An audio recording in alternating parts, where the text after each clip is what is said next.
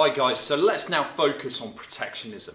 So imagine a scenario where a country has had a lot of unemployment within its manufacturing sector. Manufacturing businesses have gone out of business as a result of cheap imports coming into the country.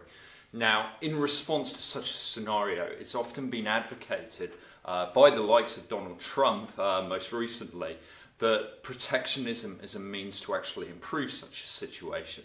Okay, this is because protectionism acts as a restriction on the amount of imports that come into a country. Okay, so let's take a look at this, and then we'll take a look at some of the examples of the different ways that you can actually impose protectionist policies. So when countries impose restrictions on imports coming into the country, of course, that is protectionism. So how can you do this? You can do this via a tariff, which is a tax on imports. So that simply increases the price of imported goods coming into a country.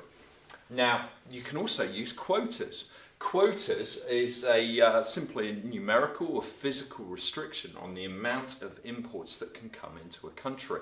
Okay, both of these will have very similar effects because when you're talking about reduced supply of the imports, then of course the price of those imported goods will actually rise in the domestic market. You could also use export subsidies. Now, China has been commonly cited as an example of a country which uses a lot of export subsidies. These are payments or subsidies to domestic producers, to home-based producers, which provides them with an unfair advantage. So in the case of China, some of their state-owned enterprises do actually make a loss, and they would otherwise go out of business if it was not for these subsidies direct from the government. In addition to this, there's also non-tariff barriers. So non-tariff barriers make trade more difficult, really.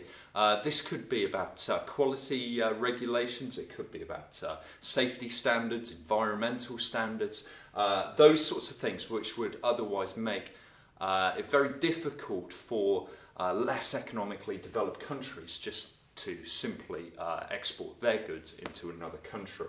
Okay, and finally we've got embargoes. So embargoes is a total ban on a good. Perhaps you're really concerned about the actual quality of that product, that it may pose a hazard. It may pose a hazard to children as a choking risk if it's a toy, and therefore you can impose an embargo on a given product.